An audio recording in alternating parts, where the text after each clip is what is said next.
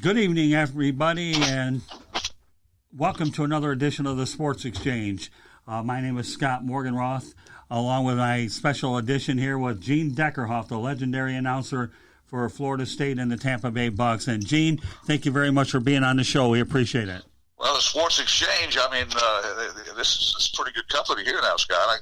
I can't wait to talk Florida State, Tampa Bay Buccaneers football, a little basketball on the horizon. I mean, you and I go back a few years, so, it's that time of the year. You got FSU, Miami this weekend. Bucs are in Seattle. Next week we finally come home to play a home game at Raymond James Stadium after, 49 straight days on the road. So, it's November's always a special month in football and basketball. You know, I should just preference what I said. I said evening and afternoon because I rarely get an opportunity to do an afternoon broadcast. But you know what? Evening, afternoon, Gene, it's still a pleasure having you on the program. It really, really is. So sure. With that said, let's go ahead and talk about a few things. And first of all, I know you're approaching the 500 club with the Florida State Seminoles and the Tampa Bay Buccaneers. We know about the fact that you've had 1,000 games between the two. So how proud of you of this milestone are you, Gene? Well, it's number one, you have to say thank you, Lord, for giving me the health and the ability to do this job. Florida State football started in 1979, Tampa Bay Buccaneers 10 years later in 1989, and I have been blessed with good health, blessed with a good family. My wife and I, good golly, she and I drive to Tampa for home games, and that's a 4.5-hour drive one way and 4.5 hours back. But I've been blessed with a family. Thank you, God, for giving me the ability to do what I do. And who knows how much longer this is going to go. But, yeah, the 500 club, that's a tremendous milestone, particularly in this day and age. I know the one thing that impressed me, Gene, is that you're one of only 4 announcers ever inducted into the Florida Sports Hall of Fame. That's pretty unbelievable when you consider the rich history that this state has with announcers that come out of here. Yeah, and I think I need to add that one of 5 because Mick Hubert, longtime voice of the Florida Gator Radio Network, football, basketball, baseball, just inducted into the Florida Sports Hall of Fame. It is high cotton. Dick Vitale, Otis Boggs, myself. It's quite a fraternity and a very select fraternity. And you know what? The Florida Sports Hall of Fame, you've got some tremendous athletes that have participated in all kinds of. We have, you got football, baseball, you got basketball, you got water skiing. I mean, the who's who of athletics and sports in the state of Florida. So it is indeed an honor. Yeah, I mean, it is a remarkable accomplishment for sure. Now, you've won a Super Bowl ring and you've won a college national title. Is there any one that eclipses the other? No, they all are right up there at the top. You win a championship. I mean, that stands alone without saying. And I also have my Tampa Bay Storm, when I was broadcasting the Storm on television, Coach called me up and said, "Hey, Gene, what's your ring size? I want to give you a ring." So I have an Arena Bowl championship ring from 1993. So yeah, I've got some. They all sleep in a safe deposit box. When Coach John Gruden awarded me a player's ring, really, and I received a letter from Tiffany saying that here's your serial number. If it's ever lost or stolen, send us a check for $11,000. We'll replace it. So I had to go get a safe deposit box to put my Super Bowl ring in. And I very seldom wear it. It's a huge ring, and if you go to a function where you have to clap your hands a whole lot, you're going to hurt your fingers and hurt your hands with that ring on. Wow. And to think that when I wear my University of South Florida ring, I hurt my hands doing it, but it's not quite as big as yours. Hey, I have Tampa ties too, Gene. What can I tell you? And I'm very proud of them. With that said, you had an opportunity to work with Bobby Bowden. I've actually met him a few times. For all I know, I probably went ahead and saw you at some point. I also know a guy that I work for at the Tampa Tribune named Jim Henry. He's been a staple in Tallahassee. So what was it like working with Bobby Bowden? Yeah, Jim is the sports editor for the Tallahassee Democrat. And I see Jim on a regular basis during football season. Working with Bobby Bowden. How about this, Scott? I've had the distinct privilege of having a long career broadcasting sports, but I've also had the distinct privilege of broadcasting with legendary coaches that are as good a people as you ever want to meet. Bobby Bowden at Florida State, Tony Dungy with the Tampa Bay Buccaneers. I mean, 2 incredible human beings, and I have been blessed to have the opportunity to work with both of those. I mean, Bobby on or off the football field, Tony, on or off the football field. Absolutely the best part of human beings you could ever be around, and I've been blessed. Bobby Bowden, and, you know, it's unique. I live in Tallahassee, so I did not spend as much time with Coach Dungy as I did with Coach Bowden.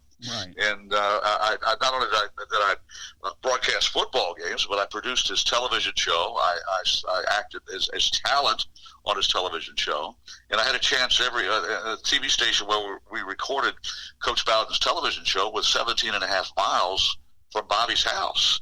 And so you're looking at about a 20 to 25 minute ride there and a 20 to 25 minute ride back to Bobby's house and then to my house. And so you're looking at almost an hour every week of having, intimate conversations with one of the best that's ever been. And not just about football, but about everything. And then when I began producing his TV show, I worked for Seminole Boosters. And every spring, Coach Bowden and I and Charlie Barnes, we would go to 30 to 31 cities, play golf in the afternoon, and do banquets at night, and then drive to the next city. So I had an opportunity to spend an awful lot of time with Bobby Bowden, who turns 90 years old, believe it or not, November the 8th. That's coming up next week. I've got my birthday card signed and sealed and going in the mailbox because I don't want to miss this day. 90 years old, Bobby Bowden. I couldn't blow out 60 candles, let alone 90 candles. But, it was a tremendous opportunity for me to spend time with one of the truly great people that has ever been Bobby Bowden. And with Tony the same way. As I said before, I've been absolutely blessed. What you see with Bobby and what you see with Tony on TV is exactly what you see when they're not on TV. They're absolutely as close to being, what you see is what you get than anybody I've ever met. Yeah, I've never had the good pleasure to work with Tony Dungy, but I have from time to time Bobby Bowden. I once covered an Orange Bowl. I believe it was actually FSU against Miami down there, and I think I'll never forget the Orange Bowl when you had Lou Holtz and Bobby Bowden. Boy, I'll tell you. Yeah, Notre Dame, Florida State. We won that one. We did not win the one against Miami. There was a rematch, and Florida State again, that wide right thing sort of bit us in the backside in that ball game. It seems like that happens on a regular basis. We'll get to that. I'll tell you what, Scott, if you take Florida State's won 3 national championships. Right. Miami's won 5. And between the two teams, I'll promise you, they played for at least another 5 or 6. Right. So you're looking at, 8 rings and a possibility of another 6 or 7.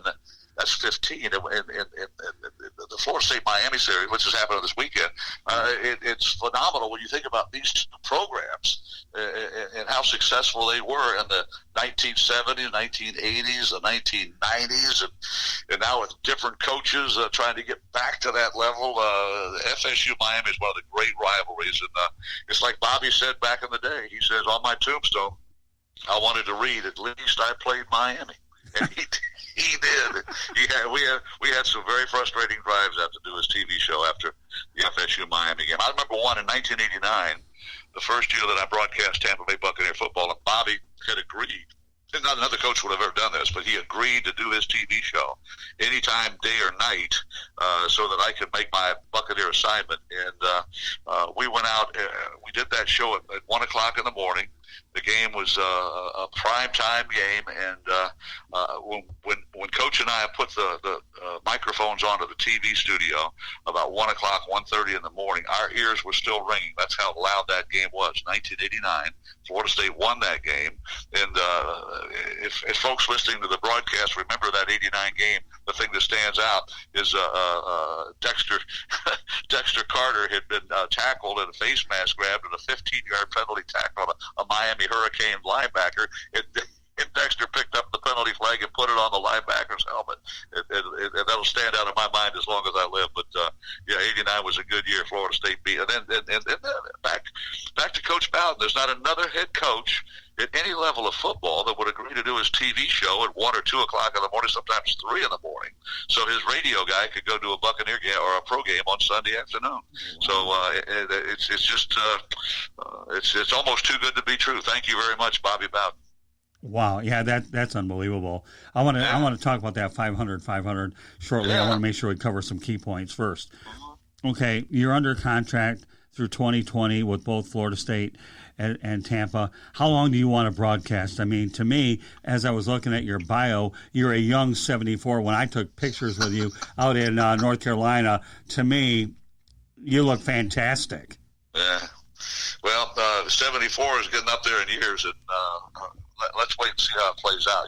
You're right. I do have contracts for through the 2020 season, and we'll wait and see how it goes. Like I say, I've been truly blessed with good health, a great family, and we'll see how that goes. All right, so let's joke around about the fact that you did broadcast the Tampa Bay Bandits games. And after Nick Puglisi brought it up, I have no choice but to talk about it.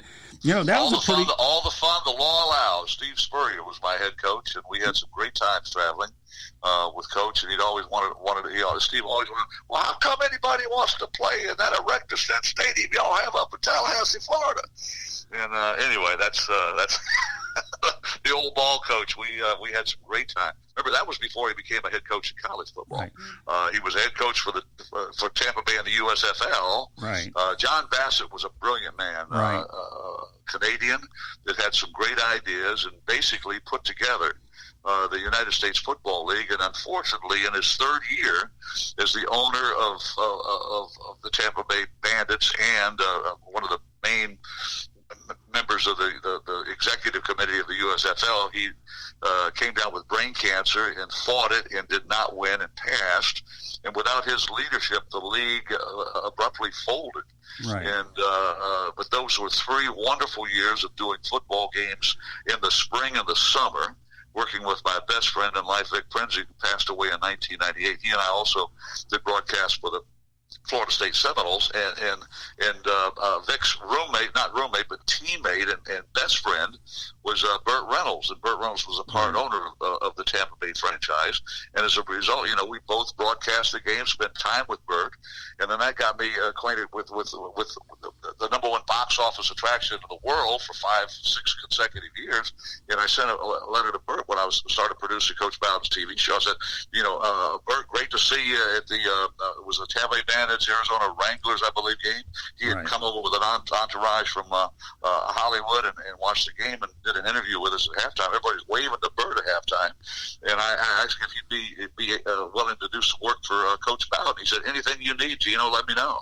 And that began 26 years of Burt Reynolds doing great moments in Florida State football segments as part of the Bobby Bowden TV show that ran every Sunday. So the relationship with Vic and with Burt and the Tampa Bay Bandits led into a tremendous relationship with Burt Reynolds working with Coach Bobby Bowden for 26 years. I think that's another thing. So, hey, it's amazing. The Lord has a plan for all of us, and he had a plan for me to meet Burt Reynolds and get Burt involved with Bobby Bowden's TV show, and the rest, they say, is history. It was a great relationship. Burt passed away last year, as we all know, and a good friend of Florida State, a true Seminole, left us, but he'll always be remembered. You want to know something interesting, Gene?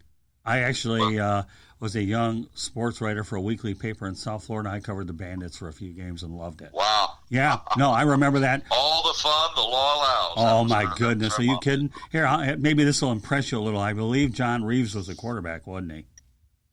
Yeah, John Reeves and Jimmy Jordan. Right. John was a Gator and Jimmy was a Seminole, and those were our 2 quarterbacks. Now, what I liked about the USFL, though, back then, though, Gene, is they had a territorial draft. Our kicker was Zenon Andrew Cision. I had to work on that name for at least 5 weeks before we broadcast the first game. He still lives in Tampa, by the way. Oh, does he really? Yeah. Well, let's talk about the USFL for a second, okay? What I liked about that league was they had the territorial draft. Therefore, those teams were able to solidify local players. So you had drawing cards. I remember Eric Trevelyan was on that team as well, wasn't he? Yeah, from Florida A&M. He was our number 1 receiver, Yeah, no, I remember. They were, when you talk about Steve Spurrier gaining head coaching experience, with the USFL, it kind of reminds me of what these auxiliary leagues are doing now to try to groom coaches to the next level. That'll be for another day. But I think the Tampa Bay Bandits were a lot of fun to watch.